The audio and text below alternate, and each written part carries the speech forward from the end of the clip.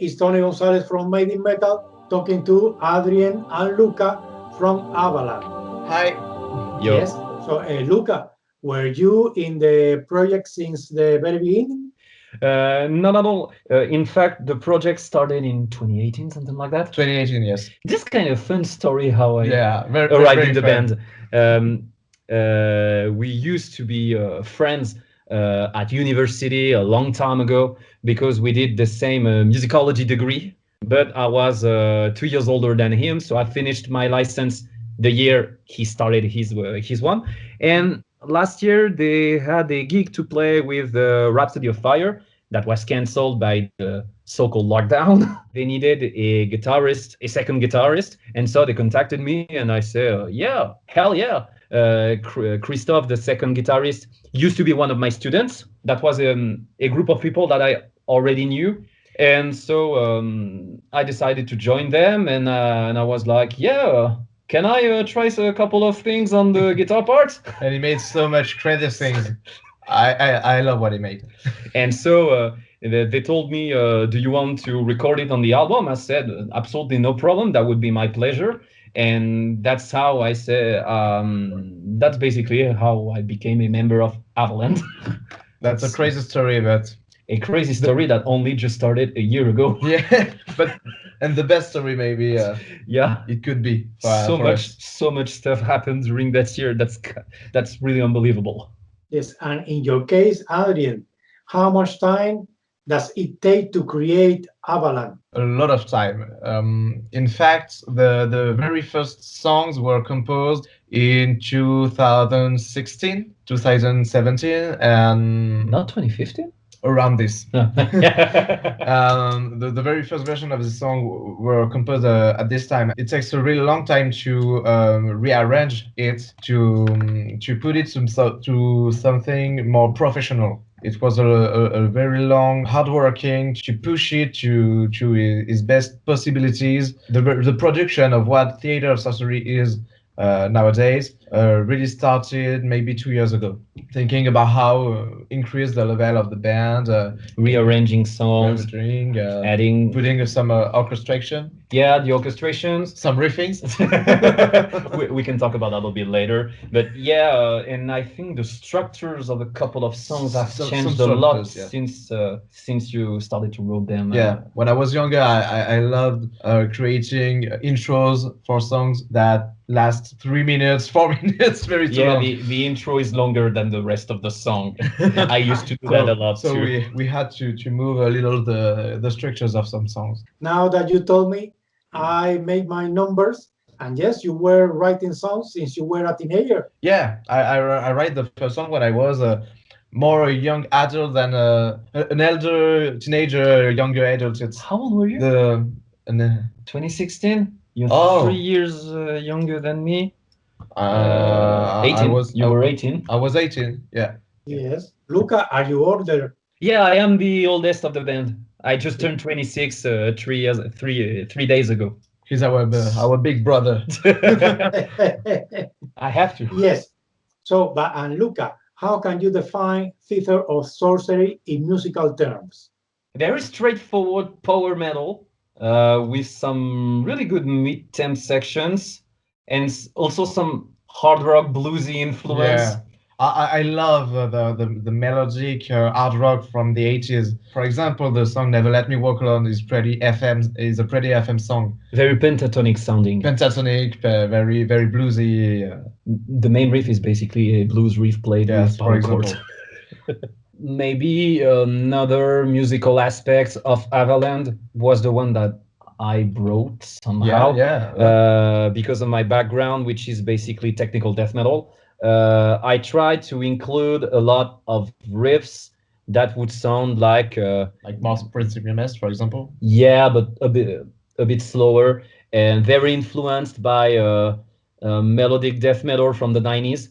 Even though I wanted to put some technical death influences on the music of Avaland, I still wanted to be coherent with what Adrien wrote, basically. Yes. One specialty of Avaland is that every musician is a special background, and we are from different horizons. I started my rock and heavy metal life as a prog fan. I was listening to Genesis, yes, Alan Parsons since I'm very young. Luca was listening to the technical death metal. Camille, our bassist, for example, is coming from jazz music. And Leo also loves the black metal. Our drummer loves also black metal. Chris loves like Luca death metal. He's more into Classical, new classical. He's more of a neoclassical fan. Yes, for example. Like I used to be when I was younger, until I discovered tech death. And that's a force for Avaland, I think. So apart from you, an important part of the CD are the singers. And tell me, how did you convince Zaher Zorgati from Mirath to get in the project? I was in contact with Elias, who plays keyboards in Myrath, and just with myself and the project, I asked to Elias if there could be interest by singing on the song, and Elias talked with Zaher, and Zaher accepted. So I sent the song to the guys of Myrath, and Zaher recorded his voice. Of course, not for free, but he made really great voices. I love his voice. I'm a big Myrath fan, so I'm very happy with what he made, and I hope he will come again in Avaland. Well, Adrien, you are working very hard to pay the singers. That's all. You have to pay the bills. There's the moment, and I think every work needs to be paid. Yes. Of course. And as a musician, it is really hard to get paid. Not only in metal. Not only in metal. A lot of people take us just for take our music just for a teenage. But for teenagers having fun and stuff like that. I'd like more to say like an entertainment more than a real work. Yes. Yes. And that's very hard to be paid. But if you are professional and if you make the great thing, the good things you have to do, you can make great things. I agree with you. Totally agree. Yes, another singer that to me was a surprise to see in your CD from Avaland is Zak Stevens. Yes. Because Zak Stevens is like a father for you because he's in 40, 50. I don't know. It's a bit younger than my father. So, yes. Tell me, do you remember when was the first time you listened to Zak Stevens singing? I think it was when I discovered Age of Thorns.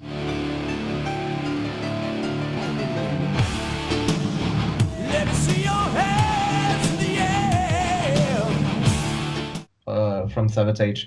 And I really fell in love with Savatage and Zak Stevens on the album Wake of Magellan. John Oliva is also singing on this album, and I think it's the best album of Savatage. There is a lot of emotions, ambiances. That's my favorite album, and Zak Stevens made also, for example, on a song like The Hourglass, he makes some canon songs, canon parts on the end of the song, and I love this. I love his prosody also. The way he plays with the words and his voice, and he's one of my principal influences. So it was just crazy when Zak responded and said, "Okay, to be on Avaland." And sorry if I ask you for the guest, because to me it's curious. Something that I was amazed when I discovered in your CD was Ralp Scheepers, because Ralp Scheepers is not the usual singer that you can see in a lot of different CDs and collaboration. So in this case, tell me, how did you get in contact with him? He is very nice. I'm sure that the first time that you tell him that you want to give it in your CD, he say yes. So tell me, but it was difficult to convince him? In fact, no. Actually, no. The first time we met with Ralph was when he was playing with Primal Fear in Grenoble, where we live, and I was in the crew of the venue. So I could talk a little with him, and then I just found his email address on his website. He's a vocal teacher, and he sells his lesson on internet. So I found his email address and just told him if he could listen to the songs and if he could be interested being on Avaland, and he said yes.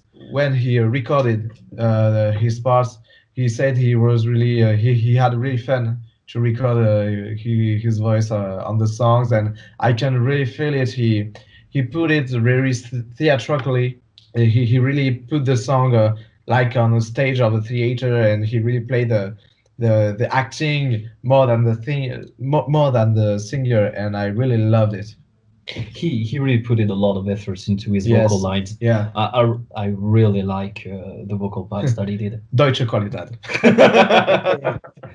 And tell me, Luca, do you participate in the writing process? Arrangement more than writing. I would more say I was more of an arranger than a composer. The first thing I did with all that stuff on the songs was that there were a lot of parts that were, because it is power metal, that the guitar were just playing power chords, and you just play another power chords when the harmony changes, and I just don't like play that.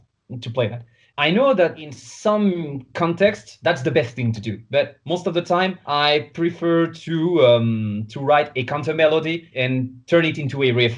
That's basically what I did, for example, on the chorus of Rise from the Ashes, on the chorus of Storyteller, the main theme of War of Mine, you also say and on Theater, on Theater of Sorcery, you hear on the part that can be considered as a main theme, and on the chorus, I also added that kind of riffs because I just think that it sounds more interesting and more interesting, a bit more violent.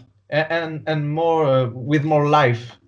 That was some more things. And even though I created these riffs, on that project I consider more myself as an arranger than a composer.